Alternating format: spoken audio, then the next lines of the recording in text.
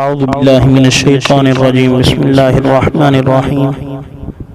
اللہ کے نام سے شروع جو بڑا مہربان نہایت رحم والا ہے۔ معزز سامعین و ناظرین، السلام علیکم ورحمۃ اللہ وبرکاتہ۔ تمام معزز سامعین و ناظرین کو قرآنی وظائف ود آمن میں خوش آمدید کہتا ہوں، اور میں یہ امید کرتا ہوں کہ تمام ناظرین خیر و عافیت کے ساتھ ہوں گے۔ معزز سامعین، قرآنی عمل میں ایک بار پھر سے ہم حاضر ہوئے ہیں۔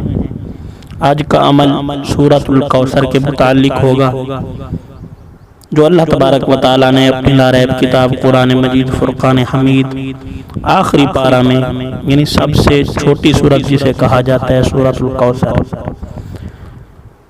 وہ کس مقصد کے لیے ہے؟ اگر آپ تنگ دست ہیں آپ کی تنگ دستی دور ہوگی، اگر آپ بے اولاد ہیں تو آپ کو نیک صالح اولاد ملے گی، اگر آپ پریشان ہیں تو آپ کی پریشانی ختم ہوگی، اگر آپ کی کچھ خواہشیں ہیں، کچھ تمنائیں ہیں تو وہ آپ کی تمام تمنائیں پوری ہوں گی، اگر آپ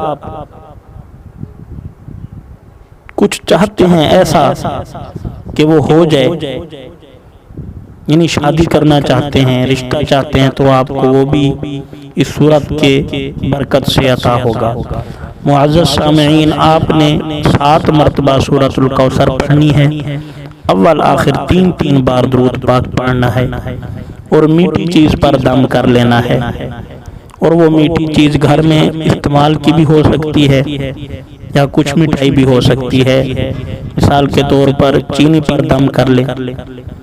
اگر آپ کسی سے کچھ بات منوانا چاہتے ہیں، اگر آپ گھر میں برکت چاہتے ہیں تو گھر میں جو چینی آپ استعمال کرتے ہیں اس میں ڈال دیں۔ اگر آپ کی کوئی خواہش ہے تو آپ وہ میٹھی چیز صدقہ کر دیں، اللہ تبارک و تعالیٰ کے فضل سے آپ کی وہ خواہش پوری ہو جائے گی۔ معزز سامعین، عمل کریں اور ساتھ ساتھ 5 وقت باجماعت نماز بھی ادا کیا کریں۔ اللہ تبارک و تعالی ہم سب کو عمل کی توفیق عطا فرمائے، آمین بجاہ النبی الامین صلی اللہ تعالی علیہ وسلم۔